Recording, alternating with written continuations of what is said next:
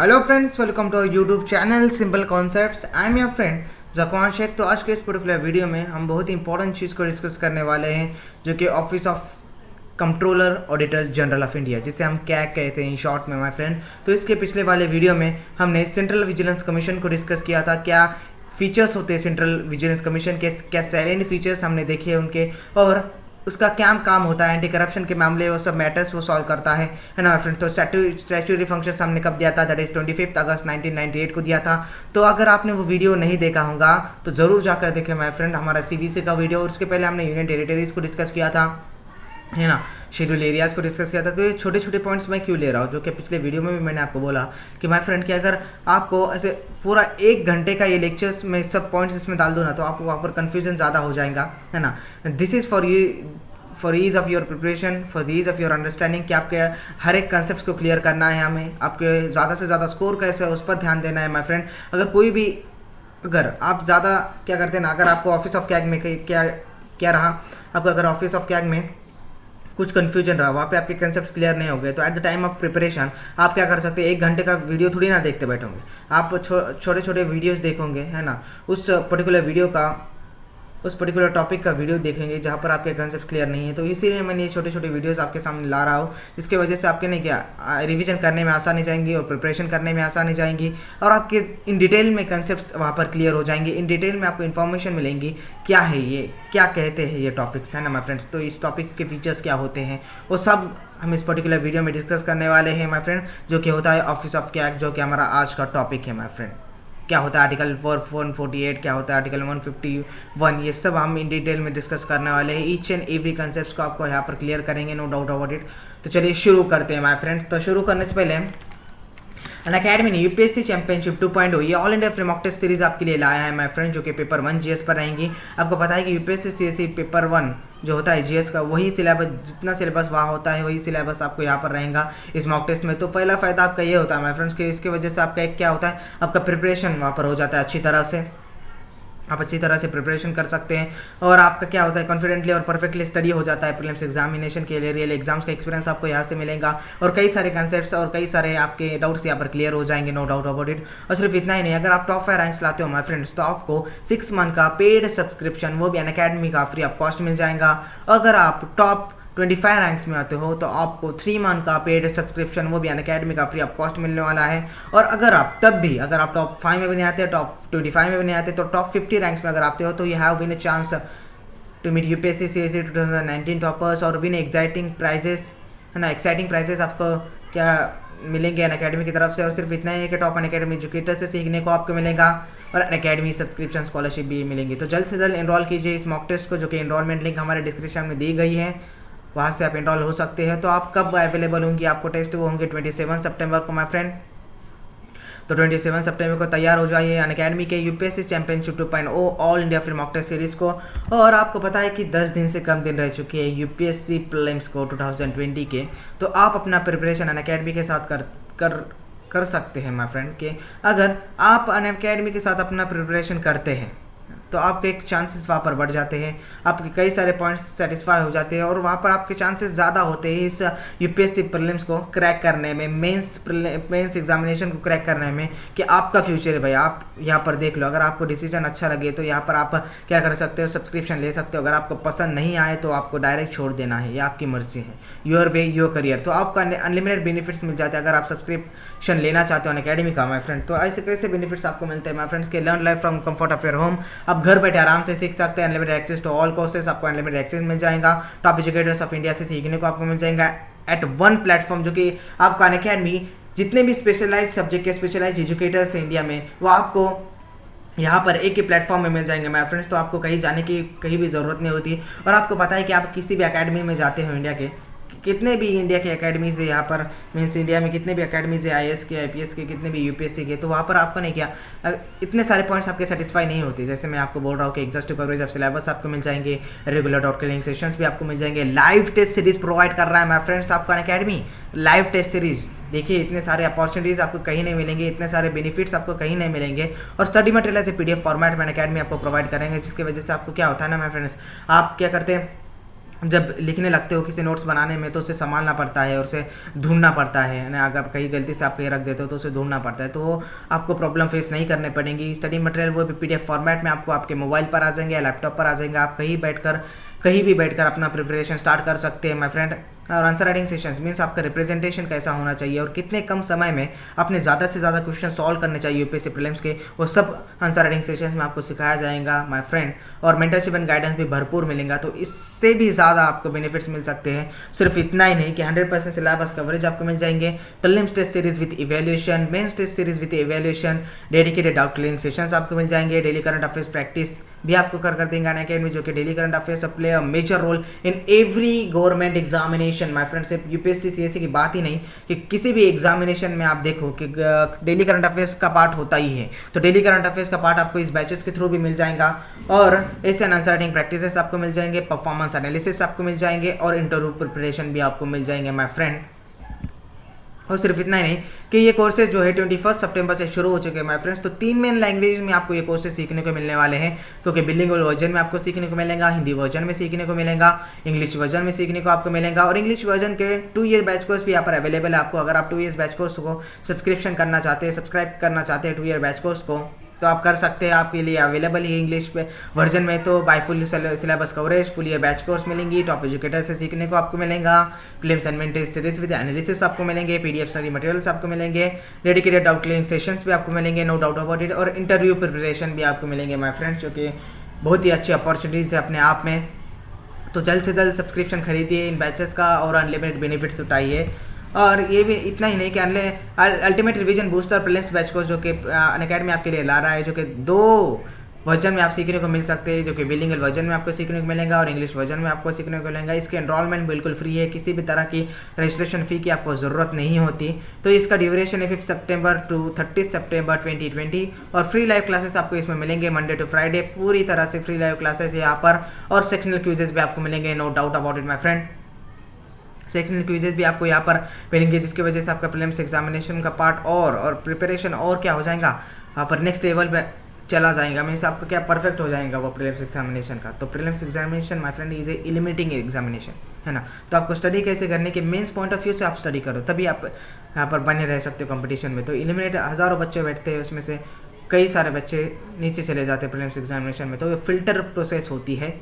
तो आपको क्या करना है, इन डेप्थ स्टडी करना है, स्ट्रैटेजिकली स्टडी करना है, और ईच एंड एवरी पॉइंट्स को, ईच एंड एवरी कंसेप्ट को आपके अंदर क्लियर करना है, तभी आप यूपीएससी की गवर्नमेंट्स एग्ज़ाम जैसे टफ एग्जाम्स को क्या कर सकते हैं, क्रैक कर सकते हैं ईजिली, है ना। और सिर्फ इतना नहीं, क्या क्या आ रहा, टीडी करंट अफेयर्स की टेस्ट सीरीज वो भी फ्री में आपको अनअकैडमी प्रोवाइड कर रहा है। डेली 7:30 PM 20 क्वेश्चंस 20 विनर 40 मार्क्स के लिए, और टेस्ट एनालिसिस भी आपको मिल जाएगा my friend, no doubt about it. और ये सबसे मेन चीज़, अगर आप सब्सक्रिप्शन खरीदना चाहते हैं अनअकैडमी का माय फ्रेंड, तो हमारे प्रोमो कोड जरूर यूज़ करें। हमारा प्रोमो कोड है सिंपल YT। अगर आप ये हमारा प्रोमो कोड यूज़ करते हो तो आपको 10% इमीडिएटली एक्स्ट्रा मिल जाएगा। मीन्स अगर आप 24 मंथ्स का सब्सक्रिप्शन खरीदना चाहते हैं अनअकैडमी का, तो आपको 64,000 पे करने पड़ते हैं। तो अगर आप हमारा प्रोमो कोड यूज़ करोगे तो आपको 57,600 रुपीज़ पे करने पड़ेंगे, which is very very very beneficial for you, which is very very very क्या बोलते हैं ना आप उसको, बहुत अच्छी अपॉर्चुनिटीज़ है आपके लिए, very very very beneficial for you my friend.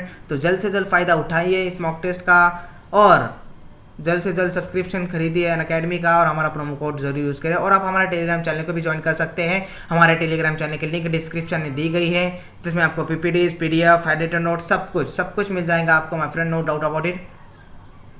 तो आपको सब कुछ यहाँ से मिल जाएगा। तो हमारा प्रोमो कोड जरूर यूज़ करें और ज़रूर ज्वाइन करें हमारे टेलीग्राम चैनल को। तो चलिए शुरू करते हैं माय फ्रेंड आज का टॉपिक। आज का टॉपिक है हमारा ऑफिस ऑफ कैग, जिसे हम कहते हैं लॉन्ग फॉर्म में controller auditor general of India. हम controller auditor general of India को इन डेप्थ में यहाँ पर सीखने वाले हैं। अगर आप यहाँ पर किसी भी कंसेप्ट में अगर आपका क्लियर नहीं होता हो तो हमें ज़रूर कमेंट कीजिए, हम अगले वीडियो में उसे सॉर्ट आउट करने की पूरी कोशिश करेंगे। 101% आपको स्कोर पॉलिटी में कैसे होगा उसके पीछे हम जाएंगे माय फ्रेंड। तो आर्टिकल 148 टू आर्टिकल 151, ये 4 आर्टिकल समझ रहे, ये 4 article deals with the CAG officer, that is controller auditor general of India. It is an IAS officer ना। इसमें जो controller auditor general of India जो बनते हैं वो IAS ऑफिसर्स होते हैं, जो आपके UPSC से क्रैक होकर जाते हैं, जो हाईएस्ट रैंक वाले होते हैं, है ना। तो ये बहुत ही इंपॉर्टेंट ऑफिस है माय फ्रेंड, जिसमें गांधी जी ने बोला था कि controller auditor general of India होना चाहिए, है ना। तो controller auditor general of India होना चाहिए इंडिया को, जिसमें वो क्या कर सकते, लोकसभा को क्या कर सकते, लिमिट कर सकते हैं लोकसभा को फाइनेंशियल जो रीजन में, फाइनेंशियल जो सेक्शन में, वो उसे क्या कर सकते हैं, उसे लिमिट लगा कर रख सकते हैं और निगरानी रख सकते हैं। तो इसीलिए controller auditor general of India बहुत ही इंपॉर्टेंट है, ऐसे गांधी जी ने बोला था, है ना। तो ये लोकसभा को हमको पता है कि माय फ्रेंड के Lok Sabha is a strongest house in India, जिसमें डायरेक्टली इलेक्टेड पीपल्स होते हैं, इसलिए वो स्ट्रॉन्गेस्ट हाउस ऑफ इंडिया होता है ना। तो 2 हाउस ऑफ इंडिया है इस इंडिया में माय फ्रेंड, जो कि लोकसभा है, एक राज्यसभा है, आपको सभी को पता है, इट इज़ ए बेसिक। तो सबसे ज़्यादा पावर वाला हाउस जिसे कहते हैं हम, उसे वो कहता है लोकसभा, जिसमें डायरेक्ट इलेक्टेड पीपल्स होते हैं, directly elected by the people, है ना, करके वो स्ट्रॉन्ग होते हैं। तो स्ट्रॉन्गेस्ट हाउस इन इंडिया हमें पता है। तो उसको कंट्रोल करने के लिए हम कैग का यूज़ करते हैं, हम control auditor general of India का यूज़ करते हैं। हमें पता है कि लोकसभा स्ट्रॉन्गेस्ट हाउस है, लोकसभा के पास पावर्स ज़्यादा है as compare to other agencies, as compare to other सभास इन इंडिया, है ना। तो उसको हमें पता है कि स्ट्रॉन्गेस्ट हाउस है, बट वो अपना काम आर्बिट्रल ना करे, है ना, वो सबको इक्वल अपॉर्चुनिटीज दे, वो सबको इक्वल देखे माय फ्रेंड, है ना, और सब वो कॉन्स्टिट्यूशन का ईच एंड एवरी पार्ट को फॉलो करे जो उनके लिए बनाया गया है माय फ्रेंड। तो वो आर्बिट्ररी स्ट्रक्चर ना फॉलो करे, वो आर्बिट्रली अपना प्रोसीजर्स कैरी फॉरवर्ड ना करे, अपने जो भी लोकसभा के जो प्रोसीजर्स होते हैं वो आर्बिट्रली यूज़ ना करें, और सिर्फ उनके खुद का फ़ायदा नहीं देखे, वो सब सिटीजन्स का फ़ायदा देखे, सब जात, सब धर्म, सब रिलीजन्स वालों को क्या दे, वो इक्वल अपॉर्चुनिटीज़ दे, है ना। तो आर्बिट्रल काम ना करे, इसलिए उनको कंट्रोल करना ये बहुत ज़रूरी हो जाता है ना माय फ्रेंड्स। तो उनके ऊपर देखने वाला तो कोई होना चाहिए ना। तो इसीलिए हमने क्या किया, कैग को बनाया, समझ रहे हो, controller auditor general of India को इलेक्ट किया, अपॉइंट किया। So it is having a financial accountability. तो ये किस पर नज़र रखेंगे, लोकसभा पर, लोकसभा के किस सेक्शन पर ये नज़र रखेंगे कि फाइनेंशियल अकाउंटेबिलिटी पर नज़र रखेंगे और चेक्स एंड बैलेंसेस पर नज़र रखेंगे। It is the most important office in India, ये हमें पता है, जो कि गांधी जी ने बोला था। तो article 148 to 151 deals with CAG, and ये क्या बोलता है कि there should be a CAG of India, समझ रहे, there should be a CAG in India, के control auditor general of India होना चाहिए इंडिया में, है ना। तो ये किस सेक्शन पर नजर रख सकते हैं लोकसभा के, वो है फाइनेंशियल अकाउंटेबिलिटी इनकी। It is having a financial accountability also, it is having a power to checks and balances in the Lok Sabha, समझ रहे हो। तो अब यहाँ तो देख लिया हमने article 148 to 151 deals with the CAG, है ना। तो कैग ऑफिसर्स होना चाहिए, मोस्ट इंपॉर्टेंट ऑफिस है, जो फाइनेंशियल अकाउंटेबिलिटी रखता है लोकसभा की, चेक्स एंड बैलेंसेस रखता है लोकसभा के। तो इसके ऑडिटिंग पावर्स क्या होते हैं my friend, auditing powers is one of the important thing. अगर आप ये वीडियो देख रहे हो तो जो भी स्टूडेंट, जो भी एस्पिरेंट्स है वो कॉमर्स बैकग्राउंड के हैं, तो उनको समझ में आ गया कि ऑडिटिंग क्या होता है माय फ्रेंड।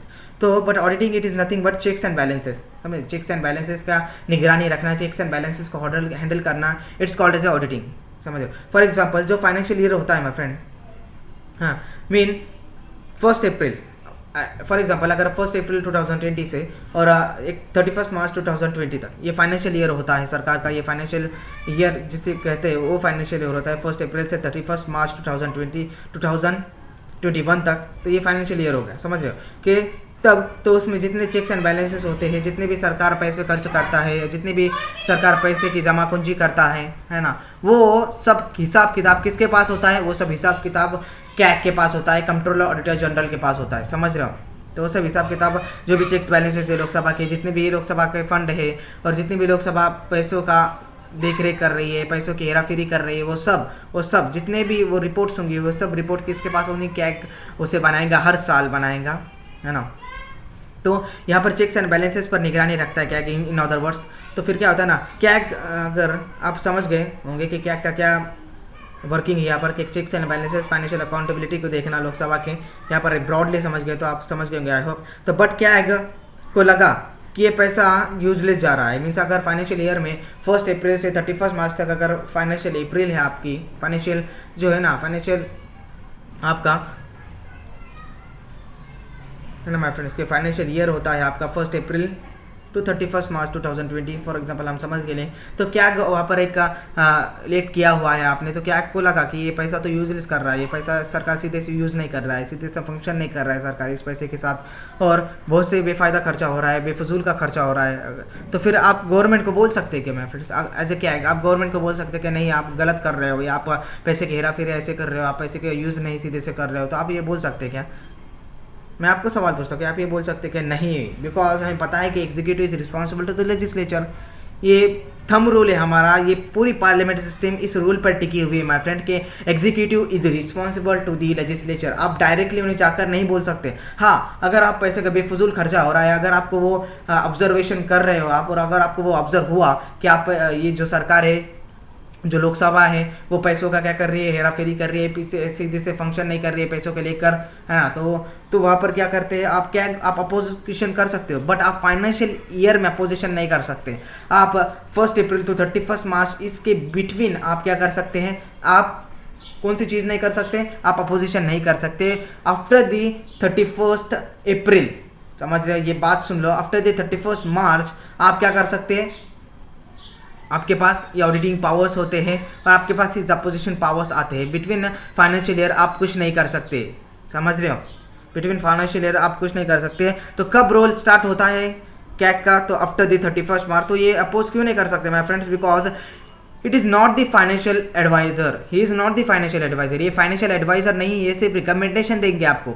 अगर फाइनेंशियल एडवाइजर होते तो वो अपोजिशन कर सकते थे in between the financial year, but आप फाइनेंशियल एडवाइजर नहीं हो, इसलिए आप क्या कर सकते हैं, आफ्टर द 31 मार्च आप क्या कर सकते हैं, अपना अपोजिशन कर सकते हैं इस फाइनेंशियल ईयर को लेकर, जितने भी सरकार ने खर्चा किया है और जितने भी सरकार ने पैसों का यूज़ किया है उसको लेकर आप क्या कर सकते हैं, आफ्टर द 31 मार्च जब फाइनेंशियल ईयर खत्म होगा लोकसभा का, तभी आप क्या कर सकते हैं, अपोजिशन कर सकते हैं, अदरवाइज अपोजिशन आप नहीं कर सकते। क्यों नहीं कर सकते, बिकॉज ये पहली बात ये फाइनेंशियल एडवाइजर नहीं है, और दूसरी बात सबसे मेन चीज़ के पार्लियामेंट एक ही रूल पर टिकी हुई है जो कि executive responsible to the legislature, ये ध्यान में रखना, है ना। तो वो इटसेल्फ एग्जीक्यूटिव है, समझ रहे हो। तो ये जो कैग होते हैं वो इटसेल्फ एग्जीक्यूटिव होते हैं, बट यहाँ पर लिमिटेशन है उनको, है ना, यहाँ पर एक लिमिटेशन दी हुई थी कि आप फाइनेंशियल ईयर में कुछ अपोजिशन नहीं कर सकते सरकार को। अगर आपने अपोजिशन किया तो आप वायलेशन करते हो that executive responsible to the legislature के रूल को, समझ रहे हो। तो बट आपने क्या, आप एक्स पोस्ट फैक्टो हो, समझ रहे हो, एक्स पोस्ट फैक्टो हो आप डायरेक्टली उन्हें जाकर अपोजिशन नहीं कर सकते।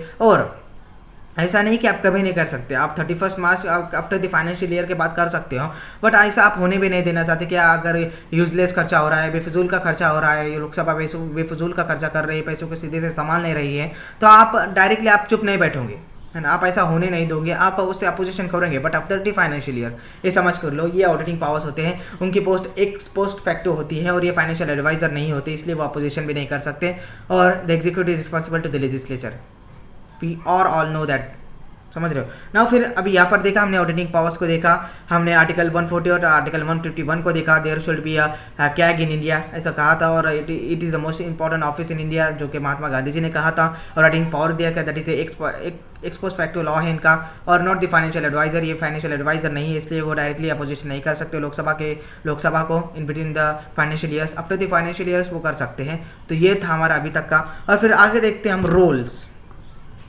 तो रोल क्या होते हैं इनके माय फ्रेंड, अगर आप कैग हो, आप controller auditor general of India हो, तो आपके डिफरेंट टाइप्स ऑफ रोल होते हैं माय फ्रेंड। तो रोल क्या होते हैं हम एक एक करके देखेंगे। तो इसमें क्या बोला गया है कि the report of controller and auditor general of India relating to account of union shall be submitted to the president, who shall cause them to be laid before each house of the parliament। समझ रहे हो, इस बात को ध्यान से सुनो। तो इनका रोल क्या है माय फ्रेंड्स, तो आर्टिकल 151 में ये कहा गया है, इट डील्स विद आर्टिकल 151। तो 151 के अंडर ये रोल्स दिए गए हैं आपको। तो इसमें कहा गया आर्टिकल 151 में कि कैग हर एक साल एक फाइनेंशियल रिपोर्ट बनाएगा, समझ रहे हो, कैग हर एक साल एक फाइनेंशियल रिपोर्ट बनाएगा which is related to the account of union, समझ रहे हो। अगर आप यूनियन मीन्स लोकसभा, अगर आपको फाइनेंशियल रिपोर्ट बनाना है तो क्या के पास सब फाइनेंशियल रिपोर्ट रहेगा, आपके ईयर का, आपने कितने जमा कुंज किए, आपने कितना खर्चा किया है, आपने कैसा यूज़ किया है, ये सब फाइनेंशियल रिपोर्ट किसके पास होगा, controller auditor general of India के पास होगा। वो हर साल एक एक रिपोर्ट बनाएंगे, समझ रहे हो। फिर तो उसे प्रेसिडेंट के पास सबमिट करेंगे। फिर प्रेसिडेंट क्या करेंगे, president shall cause them to be laid down before each house of the parliament, समझे। तो प्रेसिडेंट के थ्रू ये देंगे, तो प्रेसिडेंट फिर क्या करेंगे, प्रेसिडेंट क्या करेंगे, ये पार्लियामेंट के पास देंगे और पार्लियामेंट में ये बिल इंट्रोड्यूस करेंगे, ये रिपोर्ट इंट्रोड्यूस करेंगे, समझ रहे। अभी ये हो गई यूनियन की बात। तो वैसे ही हम स्टेट्स के लिए भी बनाते हैं। तो स्टेट्स के लिए क्या बनाते हैं, the report of controller and auditor general of India relating to account of states shall be submitted to the governor, who shall cause them to be laid down before the legislature of state। समझ रहे हो, इस बात को समझो कि अब क्या होता है ना, अभी डायरेक्टली यहाँ पर तो गड़बड़ है। आप एक इंटेलिजेंट होंगे तो आपको क्या होगा, यहाँ पर एक पॉइंट नोटिस कर रहे होंगे आपके यहाँ पर report of controller auditor general, union के लिए भी रिपोर्ट ऑफ क्या की बनाएगा और सिर्फ स्टेट्स के लिए भी रिपोर्ट क्या की बनाएगा, यहाँ तो गड़बड़ है। फिर आपका एक सवाल आएगा आपके दिमाग में, तो स्टेट्स ऑडिटर जनरल क्यों नहीं बनाएगा? स्टेट ऑडिटर जनरल का क्या काम होता है स्टेट्स के लिए? My friend, state auditor general नहीं बना सकता। क्यों नहीं बना सकता? Because I believe the spirit of federalism. समझ रहे हो? Because I believe the spirit of federalism. ऐसे पढ़ते हैं माय फ्रेंड कॉन्स्टिट्यूशन को, ऐसे पढ़ना सीखो, पॉइंट वाइज पढ़ना सीखो माय फ्रेंड, कि क्या होता है ना, अगर कैग ही बनाएगा, CAG is for the nation only one, जो आपके फाइनेंशियल रिपोर्ट्स को, यूनियन के फाइनेंशियल रिपोर्ट्स को भी हैंडल करेगा और स्टेट्स के फाइनेंशियल रिपोर्ट्स को भी हैंडल करेगा, because I believe the spirit of federalism, है ना। Having one supreme court is my belief of federalism, जो कि सुप्रीम कोर्ट भी हमारे नेशन में एक ही है, तो it is a belief, it is a my belief of federalism. समझ रहे हो? और एक ही क्या है, it is a my belief of federalism. समझ रहे हैं? मैं बिलीव करता हूँ फेडरलिज्म में, इसलिए हमें हमारे देश में एक ही क्या है जो यूनियन के रिपोर्ट्स को भी हैंडल करेगा, फाइनेंशियल अकाउंटेबिलिटी को हैंडल करेगा यूनियन के, दैट इज लोकसभा के, और स्टेट्स के फाइनेंशियल अकाउंटेबिलिटी को भी हैंडल करेगा माय फ्रेंड्स। समझ रहे हो कि स्टेट्स के रिपोर्ट्स को भी, फाइनेंशियल रिपोर्ट्स को भी हैंडल करेगा, because I believe this spirit of federalism. ये है, होती है, ऐसे पढ़ते कॉन्स्टिट्यूशन को माय फ्रेंड्स। आपके रोट लर्निंग कर आपको कुछ हासिल नहीं होने वाला। अगर आप रोट लर्निंग करते हो माय फ्रेंड तो आप फेल हो जाओगे पॉलिटी में, पहले बोल रहा हूँ, आपको रोट लर्निंग करनी नहीं है, ये ध्यान में रखना। समझ रहे हो? तो यहाँ पर क्या बोला गया है कि यहाँ पर स्टेट्स के लिए भी और यूनियन के लिए भी कौन ही लॉ बनाएगा, कौन फाइनेंशियल रिपोर्ट्स बनाएगा, वो होते controller and auditor general of India. तो एक नेशन के लिए एक ही सुप्रीम कोर्ट होता है और एक नेशन के लिए एक ही कैग होता है। क्यों ऐसा क्या होता है? Because I believe the spirit of federalism. ये ध्यान में रखना, ये बहुत इंपॉर्टेंट है। तो अब क्या आपके स्टेप्स क्या होते हैं माय फ्रेंड्स? के पहले क्या होंगे, आप क्या रूल्स होता है कि आप फाइनेंशियल ईयर के बाद आओगे, आप फाइनेंशियल ईयर के बाद आओगे बराबर, तो फिर क्या एक रिपोर्ट बनाओगे, तो यूनियन की जितने भी खर्चे का सारे हिसाब किताब उठाकर प्रेसिडेंट के पास दोगे। और फोर्थ क्या होता है, president can let down before each house of the parliament. समझ रहे हो? तो ये स्टेप्स को ध्यान में रखना। अगर ये स्टेप्स को ध्यान में रखेंगे तो आपको रूल्स आ जाएंगे। कि मैं और एक बार स्टेप्स ये रिपीट करता हूँ आपको कि कैग का रोल क्या होता है। मैं फ्रेंड्स ये कब आते हैं, आफ्टर द फाइनेंशियल ईयर के बाद आते हैं, मीन्स 1 अप्रैल टू 31 मार्च के ये बाद आते हैं। तो ये बाद आने के बाद सेकंड क्या करते हैं, वो कैग रिपोर्ट बनाते हैं। थर्ड कि यूनियन के जितने भी खर्चे होंगे, स्टेट्स के जितने भी खर्चे होंगे, वो हिसाब किताब सब उठाकर प्रेसिडेंट के पास देंगे। समझ रहे हो? तो फोर्थ क्या होगा, प्रेसिडेंट क्या होगा, प्रेसिडेंट क्या करेंगे, shall let down before the each house of the parliament. President directly house में इंट्रोड्यूस कर देंगे इस कैग रिपोर्ट को। समझ रहे? ये स्टेप्स होते हैं। तो एक कैग किसके लिए होता है, यूनियन के लिए भी होता है और स्टेट्स के लिए भी सेम कैग होता है। समझ रहे हो? तो यहाँ पर आप क्या देखेंगे माय फ्रेंड, अब हम देखेंगे पब्लिक अकाउंट्स कमेटी को। तो पब्लिक अकाउंट्स कमेटी क्या होती है माय फ्रेंड्स, क्या ज़रूरी है ये पब्लिक अकाउंट्स कमेटी में? तो आप कैग हो, आप बड़े इंटेलिजेंट हो, ये हमने मान लिया। आप IAS ऑफिसर्स हो कि जितने भी for example for kind of your information my friend, जितने भी यूपीएससी सिविल सर्विसेज में जो भी हाईएस्ट रैंक वाले आते हैं माय फ्रेंड, जो भी हाईएस्ट रैंक वाले आते हैं तो वो इंटेलिजेंट होते हैं माय फ्रेंड, तो वो कैग ऑफिसर्स बनते हैं। समझ रहे हो? तो उनको कैग ऑफिसर्स अपॉइंट किए जाते हैं बाय द प्रेसिडेंट। तो प्रेसिडेंट इन्हें अपॉइंट करते हैं। तो फिर क्या होता है ना, आप फाइनेंशियल रिपोर्ट बनाते हो, प्रेसिडेंट के पास देते हो, फिर president will let down in the parliament. समझ रहे हो? तो प्रेसिडेंट क्या करते हैं, will let down in the parliament. President क्या करते हैं, उन्हें किसके पास देते हैं, प्रेसिडेंट पार्लियामेंट के पास देते हैं। बट जब कैग प्रेसिडेंट के पास रिपोर्ट देते हैं माय फ्रेंड, तो कैग इटसेल्फ इज एग्जीक्यूटिव, ये हमें पता है, कैग इटसेल्फ इज एग्जीक्यूटिव है और वो रिपोर्ट भी एग्जीक्यूटिव के पास ही दे देंगे। समझ रहे हैं? तो रिपोर्ट वो एग्जीक्यूटिव पास भी दे रहे हैं। तो जब प्रेसिडेंट जो इसे पार्लियामेंट को देते हैं, वो पब्लिक अकाउंट कमेटीज के थ्रू देंगे। वो एक पब्लिक अकाउंट कमेटीज आपके लोकसभा में बनाएंगे। फिर वो जो कैग रिपोर्ट होगा वो क्या देंगे, प्रेसिडेंट डायरेक्टली क्या देंगे, उसके थ्रू जो कैग रिपोर्ट्स आपने कैग ने दी है आपके पास प्रेसिडेंट जी के पास, तो प्रेसिडेंट जी आप उस पब्लिक अकाउंट्स कमेटी को उसके थ्रू देंगे। समझ रहे हो? तो it is only made up of the legislature. तो public account committees and CAG के बीच में क्या रिलेशन होता है my friends, that he is a friend, philosopher and guide. समझ रहे हो? ये कैग के क्या होते हैं, पब्लिक अकाउंट्स कमेटी क्या होते हैं, फ्रेंड होते हैं, फिलोसोफर होते हैं और गाइड होते हैं। ये बात ध्यान में रखना। तो फिर इसके कंडीशंस क्या होते हैं माय फ्रेंड्स, कंडीशन एक एक करके हम डिस्कस करेंगे कि 65 ईयर्स ऑफ एज। तो कंडीशन क्या है फॉर बीइंग कैग, तो आपकी एज क्या होनी चाहिए, 65 ईयर्स की एज के बाद आपको रिटायरमेंट ईजी, आपकी ऑटोमेटिकली रिटायरमेंट हो जाएंगी और 6 ईयर्स आपका टर्म रहेगा, है ना। आपका टर्म ये 6 ईयर्स का टर्म है। अगर आप पहले 6 ईयर्स के टर्म्स अगर आप हो जाता है, चाहे आप 65 ईयर्स के पहले भी रिटायर हो जाते हैं तो चलेगा, आपका 6 ईयर्स का टर्म खत्म हो जाता है तो आप रिटायर हो जाएंगे। विच एवर बीन अर्लियर, आपके अगर 65 ईयर्स का एज हो जाती है तो आप क्या हो जाएंगे, रिटायर हो जाएंगे। और आप 6 ईयर्स के आपका टर्म खत्म हो जाएंगे तभी आप रिटायर हो जाएंगे। तो ये अपॉइंट कौन करता है, प्रेसिडेंट अपॉइंट करते हैं। और आप डायरेक्टली क्या करते हैं ना, इसे रीअपॉइंटमेंट नहीं कर सकते। समझ रहे। अगर आपने कैग एक बार छोड़ दिया, कैग का ऑफिस एक बार छोड़ दिया, तो आप डायरेक्टली रीअपॉइंटमेंट नहीं कर सकते। इस चीज़ को आप डायरेक्टली फिर से कैग नहीं बन सकते, समझ रहे हो। कंट्रोलर ऑडिटर जनरल आप नहीं बन सकते, तो एक मेन चीज़ है वहाँ पर। तो यहाँ पर क्या होता है ना माय फ्रेंड्स के आप डायरेक्टली कैग को नहीं हटा सकते, because it is appointed by the president. ये कैग किसने किया है, अपॉइंटेड बाय द प्रेसिडेंट हो जाता है, ये प्रेसिडेंट जी ने अपॉइंट किया है। Now it proven misbehaviour in capacity, समझ रहे। अगर आपको कैग को रिमूव ही करना है, कैग अगर सीधे से फंक्शन नहीं कर रहा है आपके, तो आपको कैग को रिमूव ही करना है, तो आप क्या करोगे, सबसे पहले क्या करोगे कि जैसे आप जजेस को, सुप्रीम कोर्ट के जजेस को रिमूव करते हैं on grounds of destruction, on grounds of proven, आप जिस ग्राउंड्स ऑफ प्रूवन्स को के थ्रू जजेस को रिमूव करते हैं, वैसे ही आप कैग को रिमूव करेंगे। तो कौन से ग्राउंड्स ऑफ प्रूवन होते हैं कैग को रिमूव करने के लिए एज वेल एज जजेस को रिमूव करने के लिए, वो होते हैं मिसबिहेवियर एंड इनकैपेसिटी, समझ रहे हो। तो अब भी हमारे वहाँ कौन सा रूल फॉलो हो रहा है, कौन सा रूल फॉलो है friends, that is executive is responsible to the legislature, ये ध्यान में रखना। तो कौन से ग्राउंड्स ऑफ प्रूवन से आप कैग को हटा सकते हैं, that is misbehaviour and capacity, ये बात ध्यान में रख लो। नाउ आप अपॉइंटमेंट नहीं कर सकते because it is appointed by the president. अब एक बार रिटायर हो गए तो आप कैग ऑफिस, अगर एक बार रिमूव हो गए तो आप कैग ऑफिस को डायरेक्टली फिर से ज्वाइन नहीं कर सकते। It is one of the most important thing. Now फिर नो पोस्ट रिटायरमेंट एम्प्लॉयमेंट, तो हमें क्या करना है ना, इस कैग ऑफिस, कैग जो होता है वो फाइनेंशियल रिपोर्ट तो संभालता है यूनियन के स्टेट्स के, बट ये अंडर द यूनियन नहीं ना चले जाए, अंडर द स्टेट्स ना चले जाए, यूनियन के ऑर्डर के अंडर ना चले जाए। तो हमने इसे क्या किया है, अपॉइंट किया है प्रेसिडेंट के थ्रू, समझ में आ रहा है, ऐसी बात पकड़ो। तो हमने क्यों अपॉइंट किया इसे प्रेसिडेंट के थ्रू, क्योंकि यूनियन के अंडर ना चले जाए, कि स्टेट्स इस पर अपना ऑर्डर ना दे, है ना, स्टेट्स इसको हैंडल ना करे, स्टेट्स को कंट्रोल ना करे, यूनियन इसको कंट्रोल ना करे, इसीलिए हमने थ्रू द प्रेसिडेंट ये अपॉइंट किया है। तो हमारे एक यहाँ पर विजन था कि हमें यहाँ पर इसे किसी के कंट्रोल में नहीं रखना है, इसे इंडिपेंडेंट पावर देना है। ये भले ही एक पोस्ट फैक्टो लॉ है, इस पोस्ट फैक्टो है इनकी, बस हमें क्या करना है, इसे हमें किसी भी कंट्रोल में नहीं रखना है, समझ रहे हो। इसे इंडिपेंडेंट पावर देना है, ऑटोनॉमीज देना है। तो इसमें नो पोस्ट रिटायरमेंट एम्प्लॉयमेंट, आपको यूनियन रिटायर नहीं कर सकता, आपको स्टेट रिटायर नहीं कर सकता, है ना। तो आपको कौन रिटायर कर सकता है, अगर कोई भी कैग आपको फंक्शन सीधे से नहीं कर रहा है, तो आपको तो इसमें कौन, किसके सहमति से आप डायरेक्ट रिटायर होंगे, किसके सहमति से आप डायरेक्ट रिमूव हो सकते हैं, तो सिर्फ और सिर्फ लेजिस्लेचर के सहमति से आप क्या कर सकते हैं, रिमूव हो सकते हैं। सिर्फ और सिर्फ लेजिस्लेचर मेंबर्स के सहमति से आप क्या कर सकते हैं, वहाँ से रिमूव हो सकते हैं।